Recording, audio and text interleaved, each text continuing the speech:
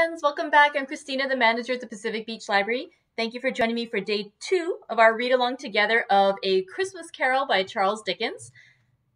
It started out wonderfully yesterday. I think it will continue the same. No surprises in this one, only goodness. Let's see, I thought we'd start out with some tea. The tea I'm enjoying today is a loose leaf organic Christmas tea that one of my coworkers brought in a while ago, and she was kind of saying like, please, everybody share. And I was like, thank you, I will. And so this one is a Christmas tea. Let's see, it is, in case anyone's interested, it is a big bag. This one is by a company called Davidson's Organic.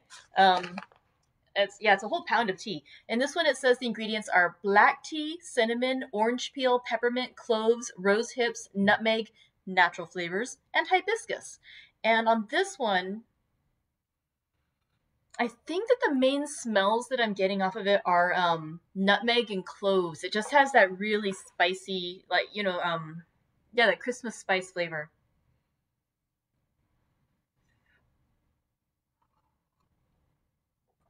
Ooh, that's really good.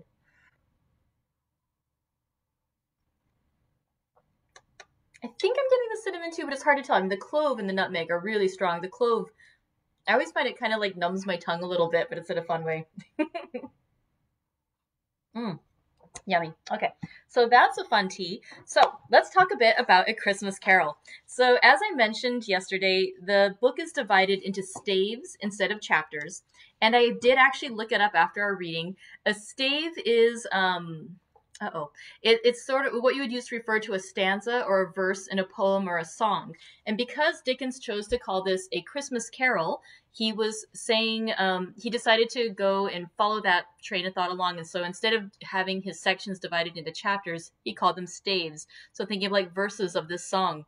Some writers have also said too that the idea with the stave is that in a carol, each verse they're saying could be like a standalone thing. And similarly, each stave of this book has a different theme and it could stand on its own. So you could have the story just of, which we're in right now, about Marley's ghost. You could have just the stave or a separate story just about a gentleman, Scrooge, seeing a ghost of Christmas past and what he discovers there. But it's when you put them all together, all these different staves that are the different verses of a song, that they become this beautiful melody. And so that's what we're going to have with our Christmas Carol. Yes, I have Christmas spice. It's delicious. If any of you have something wonderful that you're enjoying today, please let me know. I love getting ideas, and I also just love sharing tea with you. It's fun. Let's see. What else? Oh, let's talk a bit about what we actually read yesterday. And I do apologize that I'm breaking the staves into parts rather than doing the entire stave at once, but it's because I want to stretch the story out. It's a pleasure to be enjoyed and savored. And so we're going to stretch the first couple staves into 2 readings each. So in the first half of stave 1, it's called Marley's Ghost, and it begins with a very emphatic description by our narrator, by our author Charles Dickens, that Jacob Marley is indeed dead. And it's funny, when I was reading this, I had forgotten how friendly and familiar Dickens can be with his writing, because we've read some other authors lately who have been perhaps a bit more formal, and just this whole thing of like, he's dead as a doornail. It could be some other kind of nail that would seem more dead than a doornail, like a coffin nail, but I think a doornail is what we call it, very friendly, very familiar, very colloquial. And especially keep in mind too that who Dickens was writing for. He was writing for the common man, and he actually did become the most popular author of his time. He had very broad appeal. And so here he is appealing to the common man, very friendly, very engaging tone. And so he firmly establishes that Jacob Marley is dead. And again, we know that this is going to be important because the chapter, or the stave, is entitled Marley's Ghost. And so if we're going to see that ghost of Jacob Marley, it's only dramatic if Jacob Marley isn't just some guy wandering in off the street, but if we for sure can accept that he is a ghost. All right, so it starts out with describing for sure that Jacob Marley is dead. All right, then it talks a bit about his partner, his business partner, Ebenezer Scrooge, who is quite a tight-fisted man and not very friendly. No one is coming up to him and saying, how are you doing? When are you going to come visit with me? And he's okay with that completely. He also has no interest in seeing other people. That describes a couple visitors who come to the office of of Ebenezer Scrooge. The first is Scrooge's nephew, who is cheerful and happy, and he says to his uncle, like, Merry Christmas to you, and the uncle just comes back with, bah humbug, which we will hear a lot in the story, I hope. And he says, bah humbug, and what's merry about it? I hate everyone who says Merry Christmas, and just, he poo-poos the entire thing. The uncle basically says, the uncle makes the case for why Christmas is just pointless. It's a time to spend money, and you're just, people who were not nice before are not nice then, and it's like, what has Christmas ever done for you? And the nephew says, well, I think it has done me good, and it will do me good, because it's a time when people open up their hearts, and a time when we maybe see the humanity of our fellow man. Instead of just seeing somebody else on their own path doing their own thing, we find a feeling of togetherness, and that this is a time when we can be, it's really just this warm time of year when it's a little more kind, forgiving, charitable, and pleasant. And it's a beautiful sentiment that the nephew says, which of course Scrooge absolutely will not have anything to do with. There's a really fun line too where he says basically, I will keep Christmas as I like. And the nephew basically says, but you don't keep Christmas. He's like, well, then I will not keep Christmas. I'll leave it as I like. So Scrooge is actually very witty, even though they're establishing that he is not a kind person. He is obviously an intelligent person, and he has his arguments and his reasons, even though we may not agree with them. And hopefully by the end of the story, Scrooge also will not agree with them. He is a witty person. He has his own reasons, and he's not somebody who is to be trifled with, shall we say. When the nephew leaves, two other gentlemen come in, and they are people who, who are asking basically for a donation from Scrooge in order to help the poor who need it. And they're saying, especially during this holiday season, we want to give a little extra. And Scrooge basically says, no, I don't want to give anything. I'm already paying money to pay for like the governmental, aid that's out there. And he even says the terrible thing. Some say, he says, why don't they go to the establishments I've already mentioned? They cost enough, and those who are badly off must go there. And the gentlemen who are soliciting the donation say, many can't go there, and many would rather die. Scrooge at this point says, if they would rather die, that had better do it, and they had better do it and decrease the surplus population. So very, very pragmatic and very, very cruel. So Scrooge makes these comments, and the other gentlemen are rather appalled, but they do respect Scrooge's, wishes to leave him alone, and they do. They go about their way. We also get to know a gentleman who is the clerk of Ebenezer Scrooge. I don't think they've told us his name yet, but again, for those of us who've heard a bit of the story before, I think it's not giving anything away to say his name is Bob Cratchit. But we meet this clerk of Ebenezer Scrooge's, and this clerk is cold. He has a big white scarf. They call it a comforter. I hadn't heard that before. I think I've heard muffler quite often, but he has a white comforter that he winds around himself to keep warm in his little office, which has just a tiny little lump of coal, because that's all Scrooge will give him to keep his office warm. And he's having a hard time of it. And the chapter ends after, some other folks had come in and tried to carol Scrooge. No, he put a stop on that too. And the chapter ended with Scrooge saying to his clerk, Bob Cratchit, that you probably want tomorrow off. And the clerk saying, well, yes, tomorrow is Christmas Day. It would be nice to have Christmas Day off. He's like, fine, I'll let you rob money from my pocket basically by having that day off for free with pay, but I expect you in early the next day. And Bob Cratchit, bless his heart, promises that he will, and he walks out, and he goes home. He has no coat. He can't afford a coat. He just has his his comforter. He goes and plays with some kids on the way home, and then he runs to his family. The other thing that I forgot to mention that is significant in this is that when Scrooge was talking with the gentlemen who were soliciting a charitable donation, whom he turned away rather forcefully, he tells them, because they ask, are you Mr. Scrooge or Mr. Marley? Because the place of business is called Scrooge and Marley. Or was it Marley and Scrooge? Scrooge and Marley, excuse me. He points out that Mr. Marley has been dead these 7 years, And in fact, he died 7 years ago this very night. So that might be significant if we are about to encounter Marley's ghost, that Marley died 7 years ago on that same evening on Christmas Eve. So let's go ahead and resume our story with the office just having closed, the clerk having gone home to his family, or gone home, running away, playing some games on the way, and then ran home to Camden Town as hard as he could pelt to play at Blind Man's Buff. All right. Now, one other thing I did want to point out too. I didn't notice it the first time around, but there is a section in that first half of Stave 1 where there is a gentleman who tries to carol at Scrooge, and he sings the first 2 lines of God Rest Ye Merry Gentlemen. And I realized afterwards, I think it's different than how I thought of it. It's God Rest You Merry Gentlemen, may nothing you dismay. I thought it was God Rest You Merry Gentlemen, let nothing you dismay. I thought it was let and not may. So, curious if just my memory is wrong, or perhaps it is a difference in the Victorian version of the carol and that it's evolved over time. All right, let's go in though and continue with our chapter, our stave. We're going to complete the first stave of A Christmas Carol. Scrooge took his melancholy dinner in his usual melancholy tavern, and having read all the newspapers and beguiled the rest of the evening with his banker's book, went home to bed. He lived in chambers which had once belonged to his deceased partner. They were a gloomy suite of rooms in a lowering pile of building up a yard, where it had so little business to be that one could scarcely help fancying it must have run there when it was a young house, playing at hide-and-seek with other houses, and have forgotten the way out again.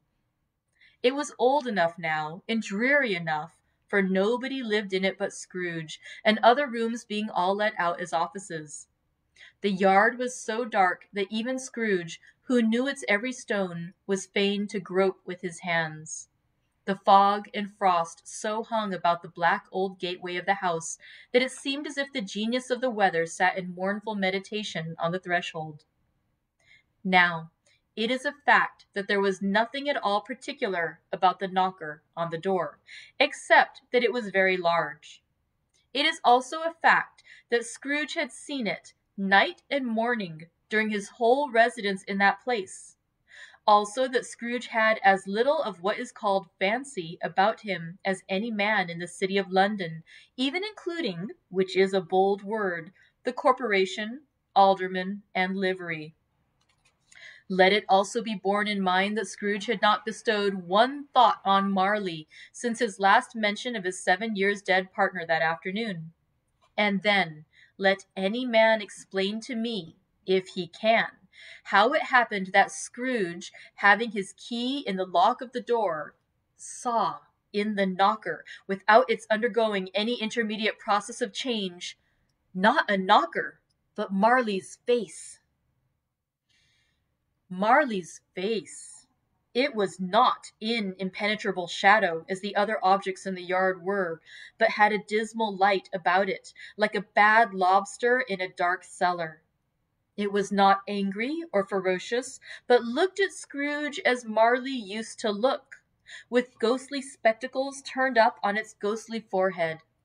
The hair was curiously stirred as if by breath or hot air, and though the eyes were wide open, they were perfectly motionless.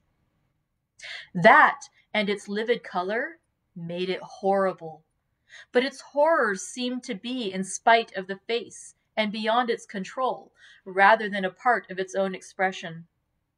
As Scrooge looked fixedly at this phenomenon, it was a knocker again.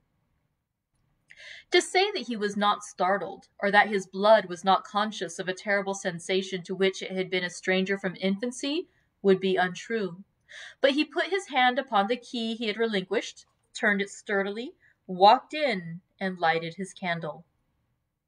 He did pause with a moment's irresolution before he shut the door, and he did look cautiously behind it first, as if he half expected to be terrified with the sight of Marley's pigtail sticking out into the hall. But there was nothing on the back of the door except the screws and nuts that held the knocker on, So he said, "Pooh, pooh," and closed it with a bang. The sound resounded through the house like thunder. Every room above and every cask in the wine merchant's cellars below appeared to have a separate peal of echoes of its own. Scrooge was not a man to be frightened by echoes. He fastened the door and walked across the hall and up the stairs, slowly, too, trimming his candle as he went. You may talk vaguely about driving a coach and six up a good old flight of stairs, or through a bad young Act of Parliament, but I mean to say you might have got a hearse up that staircase, and taken it broadwise, with the splinter bar toward the wall, and the door toward the balustrades, and done it easy. There was plenty of width for that, and room to spare, which is perhaps the reason why Scrooge thought he saw a locomotive hearse going on before him in the gloom. Half a dozen gas lamps out of the street wouldn't have lighted the entry too well, so you may suppose that it was pretty dark with Scrooge's dip.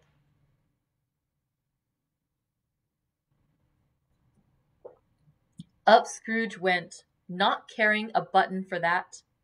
Darkness is cheap, and Scrooge liked it. But before he shut his heavy door, he walked through his rooms to see that all was right. He had just enough recollection of the face to desire to do that. Sitting room, bedroom, lumber room, all as they should be. Nobody under the table, nobody under the sofa. A small fire in the grate, spoon and basin ready, and the little saucepan of gruel (Scrooge had a cold in his head) upon the hob. Nobody under the bed, nobody in the closet, nobody in his dressing gown, which was hanging up in a suspicious attitude against the wall. Lumber room as usual. Old fire guard, old shoes, 2 fish baskets, washing stand on 3 legs, and a poker. Quite satisfied, he closed his door and locked himself in. Double locked himself in, which was not his custom. Thus secured against surprise, he took off his cravat, put on his dressing gown and slippers and his nightcap, and sat down before the fire to take his gruel. It was a very low fire indeed, nothing on such a bitter night. He was obliged to sit close to it and brood over it before he could extract the least sensation of warmth from such a handful of fuel. The fireplace was an old one, built by some Dutch merchant long ago, and paved all round with quaint Dutch tiles, designed to illustrate the Scriptures. There were Cains and Abels, Pharaoh's daughters, queens of Sheba, angelic messengers descending through the air on clouds like feather beds, Abrahams, Belshazzars, apostles putting off to sea in butter boats, hundreds of figures to attract his thoughts. And yet, that face of Marley, 7 years dead, came like the ancient prophet's rod and swallowed up the whole. If each smooth tile had been a blank at first, with power to shape some pictures on its surface from the disjointed fragments of his thoughts, there would have been a copy of old Marley's head on every one. "Humbug," said Scrooge, and walked across the room. After several turns, he sat down again. As he threw his head back in the chair, his glance happened to rest upon a bell, a disused bell, that hung in the room, and communicated, for some purpose now forgotten, with a chamber in the highest story of the building. It was with great astonishment and with a strange, inexplicable dread that, as he looked, he saw this bell begin to swing. It swung so softly in the outset that it scarcely made a sound, but soon it rang out loudly, and so did every bell in the house. This might have lasted half a minute or a minute, but it seemed an hour. The bells ceased as they had begun, together. They were succeeded by a clanking noise, deep down below, as if some person were dragging a heavy chain over the casks in the wine merchant's cellar. Scrooge then remembered to have heard that ghosts in haunted houses were described as dragging chains. The cellar door flew open with a booming sound, and then he heard the noise, much louder on the floors below, then coming up the stairs, then coming straight toward his door. "It's humbug still," said Scrooge. "I won't believe it." His color changed, though, when, without a pause, it came in through the heavy door and passed into the room before his eyes. Upon its coming in, the dying flame leapt up as though it cried, "I know him! Marley's ghost!" and fell again. The same face, the very same. Marley in his pigtail, usual waistcoat, tights, and boots, the tassels on the latter bristling like his pigtail, and his coat skirts and the hair upon his head. The chain he drew was clasped about his middle. It was long and wound about him like a tail, and it was made, for Scrooge observed it closely, of cash boxes, keys, padlocks, ledgers, deeds, and heavy purses wrought in steel. His body was transparent, so that Scrooge, observing him and looking through his waistcoat, could see the 2 buttons on his coat behind. Scrooge had often heard it said that Marley had no bowels, but he had never believed it until now. No, nor did he believe it even now, though he looked the phantom through and through, and saw it standing before him, though he felt the chilling influence of its death-cold eyes, and marked the very texture of the folded kerchief bound about its head and chin, which wrapper he had not observed before. He was still incredulous, and fought against his senses. "How now?" said Scrooge, caustic and cold as ever. "What do you want with me?" "Much." Marley's voice, no doubt about it. "Who are you?" "Ask me who I was." "Who were you then?" said Scrooge, raising his voice. "You're particular, for a shade." He was going to say, "to a shade," but substituted this as more appropriate. "In life, I was your partner, Jacob Marley." Can you sit down?" asked Scrooge, looking doubtfully at him. "I can." "Do it, then." Scrooge asked the question because he didn't know whether a ghost so transparent might find himself in a condition to take a chair, and felt in the event of its being impossible, it might involve the necessity of an embarrassing explanation. But the ghost sat down on the opposite side of the fireplace, as if he were quite used to it. "You don't believe in me?" observed the ghost. "I don't," said Scrooge. "What evidence would you have of my reality beyond that of your own senses?" "I don't know," said Scrooge. "Why do you doubt your senses?" "Because," said Scrooge, "a little thing affects them. A slight disorder of the stomach makes them cheats. You may be an undigested bit of beef, a blot of mustard, a crumb of cheese, a fragment of an underdone potato. There's more of gravy than of grave about you, whatever you are." Scrooge was not much in the habit of cracking jokes, nor did he feel in his heart by any means waggish then.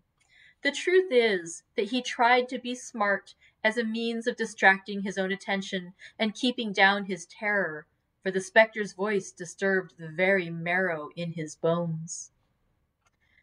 To sit staring at those fixed, glazed eyes in silence for a moment would play, Scrooge felt, the very deuce with him. There was something very awful, too, in the spectre's being provided with an infernal atmosphere of his own.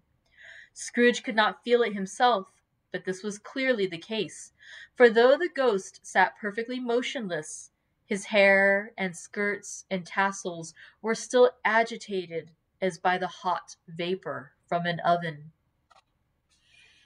"You see this toothpick?" said Scrooge, returning quickly to the charge, for the reason just assigned, and wishing, though it were only for a second, to divert the vision's stony gaze from himself. "I do," replied the ghost. "You are not looking at it," said Scrooge. "But I see it," said the ghost, "notwithstanding." "Well," returned Scrooge, "I have but to swallow this, and be for the rest of my days persecuted by a legion of goblins, all my own creation. Humbug, I tell you! Humbug!" At this, the spirit raised a frightful cry, and shook his chain with such a dismal and appalling noise that Scrooge held on tight to his chair to save himself from falling in a swoon. But how much greater was his horror when, the phantom taking off the bandage round his head as if it were too warm to wear indoors, his lower jaw dropped down upon his breast. Scrooge fell upon his knees and clasped his hands before his face. "Mercy!" he said. "Dreadful apparition! Why do you trouble me?" "Man of the worldly mind," replied the ghost, "do you believe in me or not?" "I do," said Scrooge. "I must. But why do spirits walk the earth, and why do they come to me?" "It is required of every man," the ghost returned, "that the spirit within him should walk abroad among his fellow men, and travel far and wide. And if that spirit goes not forth in life, it is condemned to do so after death. It is doomed to wander through the world, oh, woe is me, and witness what it cannot share, but might have shared on earth, and turned to happiness." Again the spectre raised a cry, and shook his chain, and wrung his shadowy hands. "You are fettered," said Scrooge, trembling. "Tell me why?" "I wear the chain I forged in life," replied the ghost. "I made it link by link, and yard by yard. I girded it on of my own free will, and of my own free will I wore it. Is its pattern strange to you?" Scrooge trembled more and more. "Or would you know," pursued the ghost, "the weight and length of the strong coil you bear yourself? It was full as heavy and as long as this, 7 Christmas Eves ago. You have labored on it since. It is a ponderous chain." Scrooge glanced about him on the floor, in the expectation of finding himself surrounded by some 50 or 60 fathoms of iron cable, but he could see nothing. "Jacob," he said imploringly, "old Jacob Marley, tell me more. Speak comfort to me, Jacob." "I have none to give," the ghost replied. "It comes from other regions, Ebenezer Scrooge, and is conveyed by other ministers to other kinds of men. Nor can I tell you what I would. A very little more is all permitted to me. I cannot rest, I cannot stay, I cannot linger anywhere. My spirit never walked beyond our counting house. Mark me, in life my spirit never roved beyond the narrow limits of our money-changing hole, and weary journeys lie before me."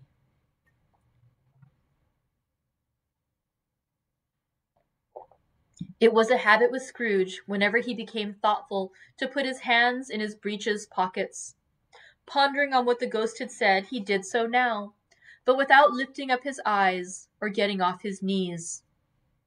You must have been very slow about it, Jacob, Scrooge observed in a businesslike manner, though with humility and deference. Slow? The ghost repeated. 7 years dead, mused Scrooge.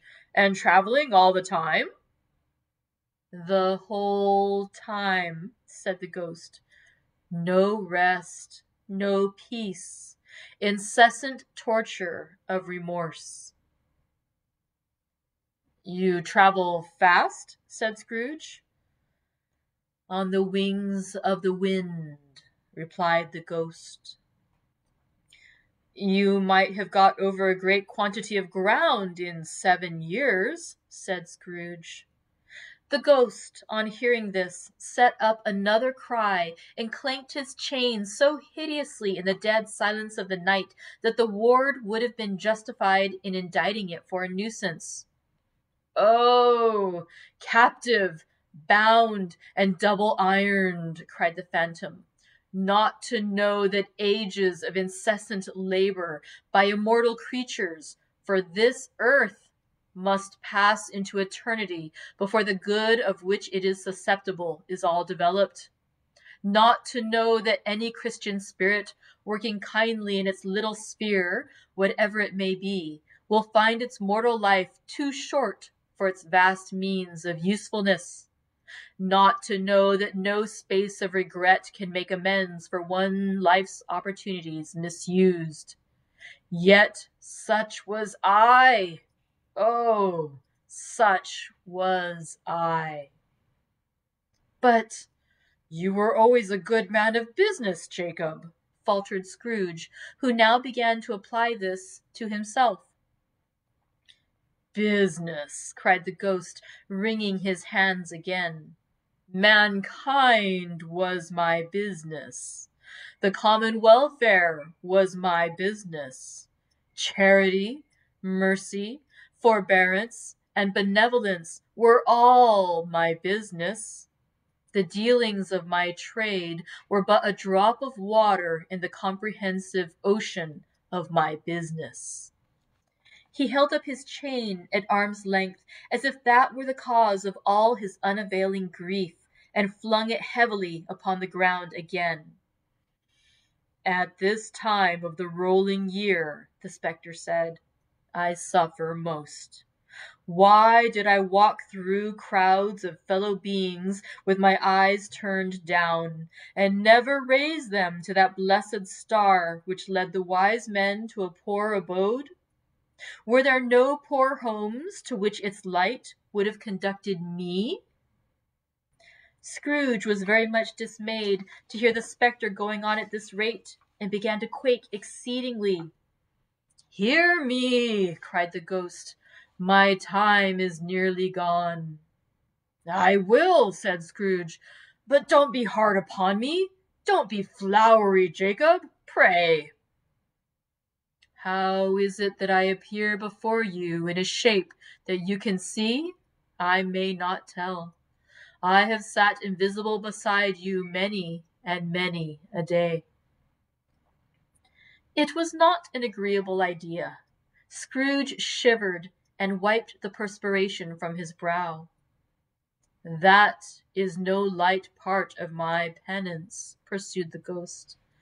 I am here tonight to warn you that you have yet a chance and hope of escaping my fate, a chance and hope of my procuring Ebenezer.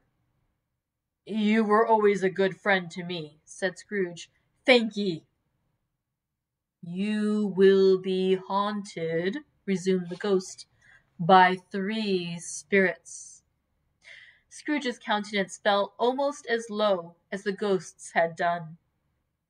Is that the chance and hope you mentioned, Jacob? He demanded in a faltering voice.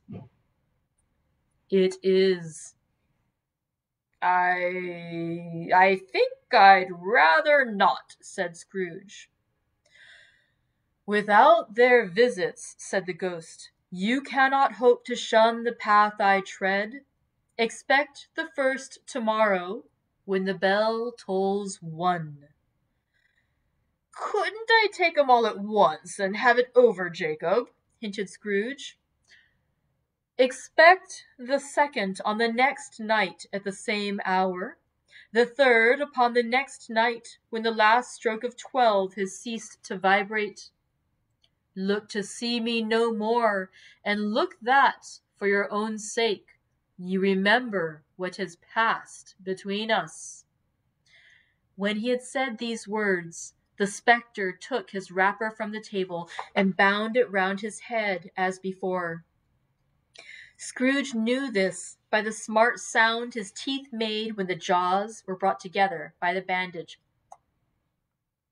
He ventured to raise his eyes again, and found his supernatural visitor confronting him in an erect attitude with his chain wound over and about his arm. The apparition walked backward from him, and at every step he took, the window raised itself a little, so that when the spectre reached it, it was wide open. He beckoned Scrooge to approach, which he did. When they were within 2 paces of each other, Marley's ghost held up his hand, warning him to come no nearer. Scrooge stopped. Not so much in obedience as in surprise and fear, for on the raising of the hand he became sensible of confused noises in the air, incoherent sounds of lamentation and regret, wailings inexpressibly sorrowful and self-accusatory. The spectre, after listening for a moment, joined in the mournful dirge and floated out upon the bleak, dark night. Scrooge followed to the window, desperate in his curiosity. He looked out. The air was filled with phantoms, wandering hither and thither in restless haste, and moaning as they went. Every one of them wore chains like Marley's ghost. Some few, they might be guilty governments, were linked together. None were free. Many had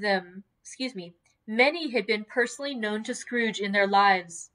He had been quite familiar with one old ghost in a white waistcoat with a monstrous iron safe attached to his ankle, who cried piteously at being unable to assist a wretched woman with an infant whom he saw below upon a doorstep. The misery with them all was, clearly, that they sought to interfere for good in human matters, and had lost the power forever. Whether these creatures faded into mist, or mist enshrouded them, he could not tell.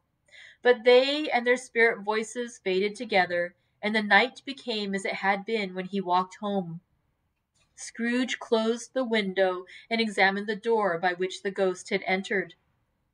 It was double-locked, as he had locked it with his own hands, and the bolts were undisturbed. He tried to say, "Humbug," but stopped at the first syllable.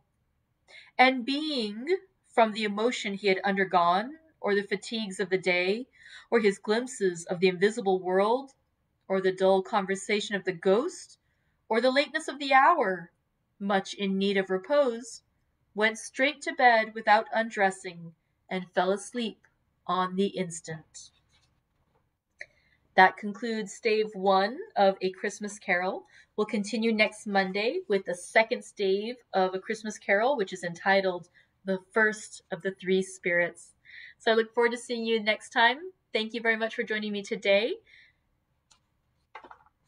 I hope you have a great rest of your day. I'm going to go back to my Christmas tea. Thank you, friends. Have a great weekend, and I'll see you next week. Bye.